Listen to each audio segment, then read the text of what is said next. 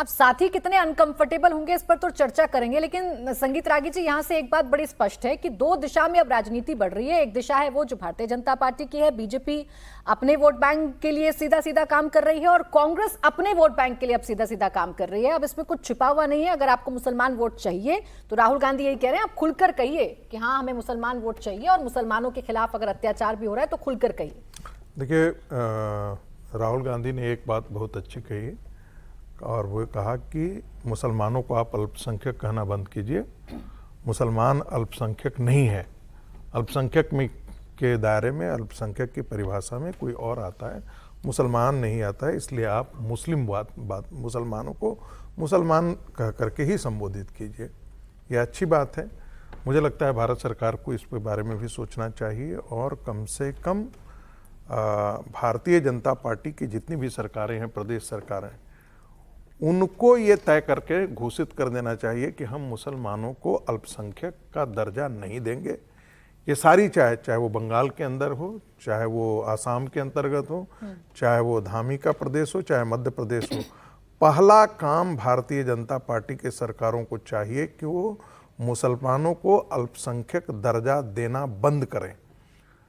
और मैं ऐसा करने में उनको कठिनाई इसलिए भी नहीं होगी क्योंकि संविधान में कहीं भी अल्पसंख्यक की परिभाषा नहीं दी हुई है। एक समाज जो 33% है वो भी अल्पसंख्यक है, एक समाज जो है वो कहीं पर 40% है वो भी अल्पसंख्यक है। तो ये बंद हो जाना चाहिए, पहली बात। दूसरी बात, बहुत अच्छी बात है, प्रधान इन्होंने एंडोर्स कर दिया है।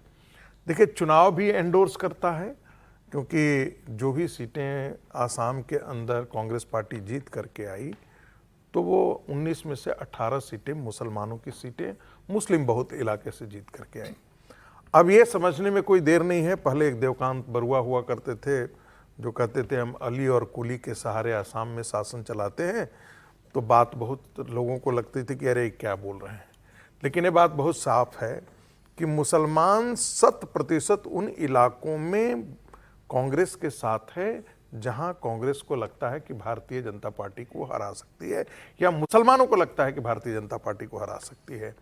तो जो प्रधानमंत्री कहते थे कि ये मुस्लिम लीग ही है, मूलतः राहुल कांग्रेस मुस्लिम लीग के आइडियोलॉजी पर चल पड़ी है।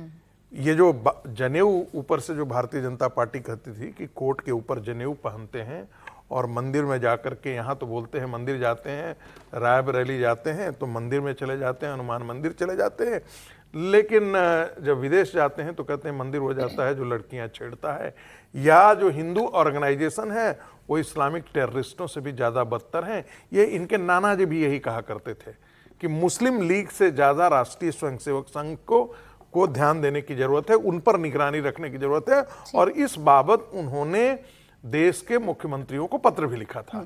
तो स्वाभाविक है कि राहुल गांधी उसी ट्रैक पर चलने की कोशिश कर दिए हैं। हिंदुओं को समझने की आवश्यकता है कि जिस राहुल के साथ वो थोड़ा बहुत भी 5-10% भी हैं, वो अपने आप को वहां से हटा ले।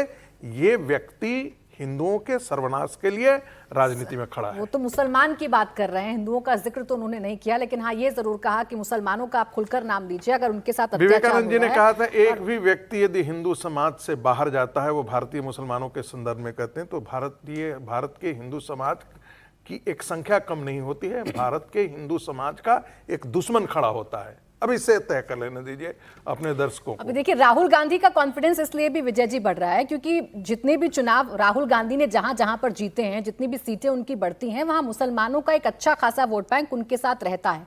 तो उन्हें पता है कि ये वोट बैंक तो कम से कम अपने साथ इंटैक्ट करके रखें, और जब वो इसको इंटैक्ट करेंगे तो बाकी सहयोगी अखिलेश यादव, ममता बनर्जी, स्टालिन, क्या इनको अनकंफर्टेबल कर देंगे? दोनों बातें ठीक हैं आपकी कि अभी जो रिजल्ट्स आए, केरला के आए, असम के आए, उसमें खास तौर से सारी सीट्स उनके पास मैक्सिमम सीट्स आई, फिर केरल में IUML का भी साथ उनको मिला। लेकिन इसमें आपत्तिजनक क्या, आपकी जो बात है वो ठीक है कि जो उनके सहयोगी दल हैं वो अनकंफर्टेबल होते हैं क्योंकि उनका वोट बैंक भी वो है। उनको लगता है कि मुसलमान उनके साथ खड़ा हुआ है।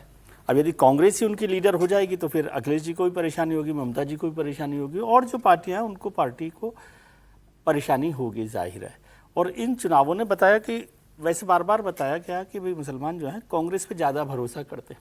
यदि राष्ट्रीय स्तर पर जाएं तो वैसे होता है, क्षेत्रीय स्तर पर वो समझते हैं जो पार्टी बीजेपी को हरा सकती है उसको वो उसके साथ खड़े दिखाई देते। तो सहयोगी दलों के अनकंफर्टेबल होने की वजह अलग है, उनकी पॉलिटिकल वजह है।